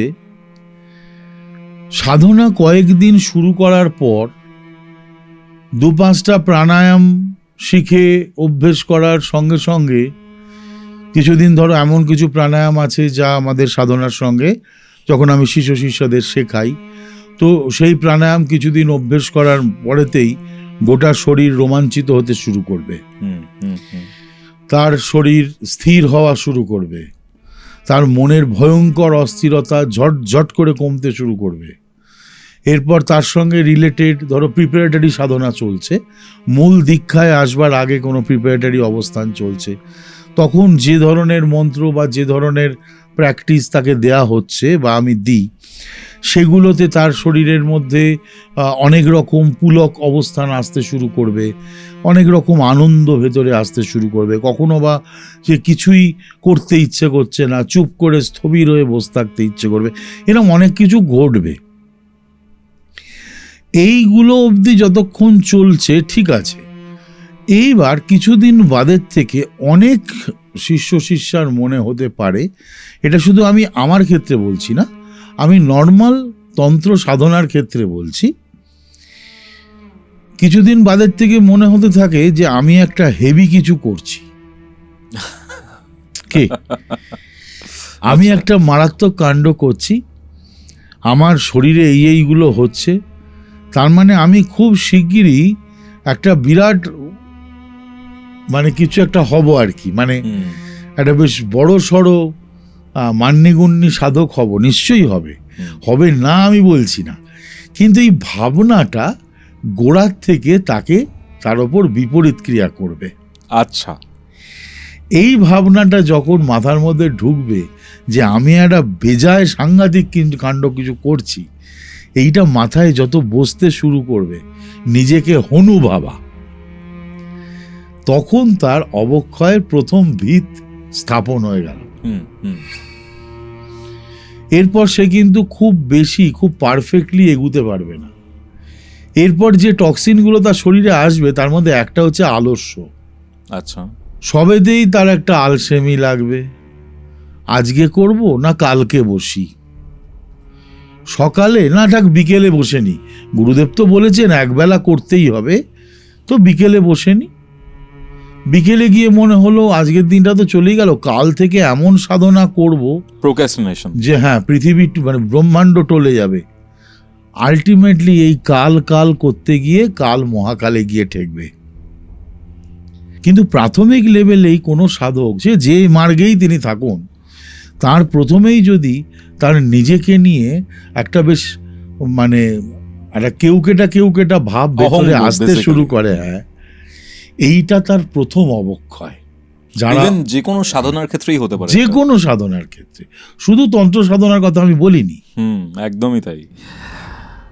আরেকটা জিনিস আমি জানতে চাই মহারাজ, এই যে আপনি তন্ত্র সাধনার কথা উল্লেখ করলেন, ক্রিয়াযোগ খুব বড় একটা জিনিস, অবশ্যই। এবং ক্রিয়াযোগ নিয়ে যা পড়াশোনা করেছি বা যা প্র্যাকটিস করেছি, বা একটা আলাদা অনুভূতি প্রদান করেন। এবং আপনিও ক্রিয়াযোগী একজন, যদি খুব ভুল আমি না যে করি, ক্রিয়াযোগী বলা ভুল হবে, বিরাচারী তান্ত্রিক। হ্যাঁ, আমায় তন্ত্র সাধনা করতে হয়েছে এবং আমার গুরুর নির্দেশে আমায় ক্রিয়াযোগ শিখতে হয়েছে। অনেকে আমার কাছে ক্রিয়াযোগের দীক্ষা নিতে চান, কিন্তু আমার গুরু, ক্রিয়াযোগের যিনি গুরু, তিনি আমাকে কাউকে ক্রিয়াযোগ দীক্ষা দেওয়ার অনুমতি এখনো দেননি। সেই জন্য আমি ক্রিয়াযোগের দীক্ষা দিই না, আমি শুধুমাত্র তন্ত্রেরই দীক্ষা দিই। ক্রিয়াযোগ ব্যাপারটা যদি একটু সংক্ষেপে বলেন। ক্রিয়াযোগ হচ্ছে শ্যামাচরণ লাহিড়ী মহাশয়ের, অ্যাকচুয়ালি এই যোগটাকে সরল সহজ যোগ বলা হতো। তো এটা ওই শিষ্যদের জিজ্ঞেস করা হয় কি ক্রিয়াটা করা হয়েছে, এইটা করতে করতে ক্রিয়াযোগ নাম হয়ে গেছে। শ্যামাচরণ লাহিড়ী মহাশয় তো এক মহাপুরুষ, তার সম্বন্ধে আমার বলার ধৃষ্টতাও নেই, বলা সাজেও না। কিন্তু তিনি এই বিশেষ, এটা পাতঞ্জলি যোগকেই তার বিশেষ মডিফিকেশন তিনি তাঁর গুরুর শ্রদ্ধেয় বাবাজি মহারাজের কৃপায় তিনি পেয়েছিলেন, এবং সেইটাই তিনি পরবর্তীকালে জগৎ সংসারকে শিখিয়েছেন। তো এই ক্রিয়াযোগের যে মানে সিরিজ, সেটা অত্যন্ত শক্তিমান সিরিজ, এবং তাতে অনেক মানে মহিরুহ সাধকরা রয়েছেন, বর্তমানেও রয়েছেন, আগেও ছিলেন। তো ওটা একটা বড় ফ্যাক্টর, বড় যোগের একটা বিরাট অংশ। একদম। মা কালীকে নিয়েই আজকে আলোচনা হচ্ছে। ধরুন কেউ কালী সাধনা শুরু করতে চান, তিনি সাধনার ব্যাপারে এত কিছু জানেন না, বাট তিনি চান মা কালীকে আরাধ্য হিসেবে পেতে, এবং কালী সাধনা শুরু করতে চাইছেন, কি করতে হবে? শুধু নাম করতে হবে, শুধু নাম করতে হবে। যে কেউ যে কোনো অবস্থায়, যে কোনো প্রান্তে যদি কালী নাম করবেন বলে মনে করেন, তিনি করতে পারেন। যে কোনো কালী নাম, কেউ যদি কালী কালী কালী করেন, সেটাও অসাধারণ, দিব্যি চলবে। কেউ নম কালিকায় নম করতে পারেন, কোনো অসুবিধে নেই। এর যে কোনো একটি নাম ব্যবহার করুন কন্টিনিউয়াসলি, একদম আরামে নিশ্চিন্তে। যে কোনো অন্য সাধনার ক্ষেত্রেও আমি বলি নাম করতে। কালী সাধনায় যারা আসতে চাইছেন, বা যারা সেরমভাবে সাধনা করে উঠতে পারছেন না, শুধু কালী নামে থাকুন। এই কালী নামের মহার্ঘ শক্তি, সাংঘাতিক শক্তি। এই শক্তি কতখানি যে নিয়মিত করে যাবেন, কিছুদিন পর 1 মাস 2 মাস 3 মাস সাধনা করতে করতে করতে করতে তিনি বুঝবেন যে কি অসাধারণ কৃপা তার উপর বর্ষিত হতে শুরু হয়েছে। মা কালীকে নিয়ে কথা হচ্ছে, একটা গান হবে না? শেষের আগে একটা গান শুনতে চাই মহারাজ। গুরু দত্ত বীজ লয়ে প্রবৃত্তি তায়ে মশলা দিয়ে আমার জ্ঞান শুড়িতে চুয়ায় ভাটি পান করে মোর মন মাতালে সুরাপান করিনে আমি সুধা খাই জয় কালী বলে আমায় মদ মাতালে মাতাল বলে মন মাতালে মাতাল করে সুরাপান করিনে আমি। অসাধারণ। কেমন লাগলো আজকের এই দুর্দান্ত এপিসোড? কমেন্ট করে জানান। আর হ্যাঁ, আজকে যে ঘটনাটা নিয়ে কথা হলো, আজকের যে সিচুয়েশনটা নিয়ে কথা হলো, এরকম সিচুয়েশনের মধ্যে অনেক মানুষ ফেসে রয়েছেন। তাদের কাছে আজকের এই এপিসোডটা শেয়ার করে দেওয়াটা আপনাদের দায়িত্ব। দেখা হচ্ছে পরবর্তী এপিসোডে কৌস্তবের আড্ডার এরকমই একটা দুর্দান্ত পডকাস্টে। ততক্ষণ অবধি কৌস্তবের আড্ডার এরকম আরও 2টি এপিসোড দেখতে শুনতে আপনার মোবাইল স্ক্রিনে আসা ডান দিকের অথবা বাদিকের বক্সে ক্লিক করুন।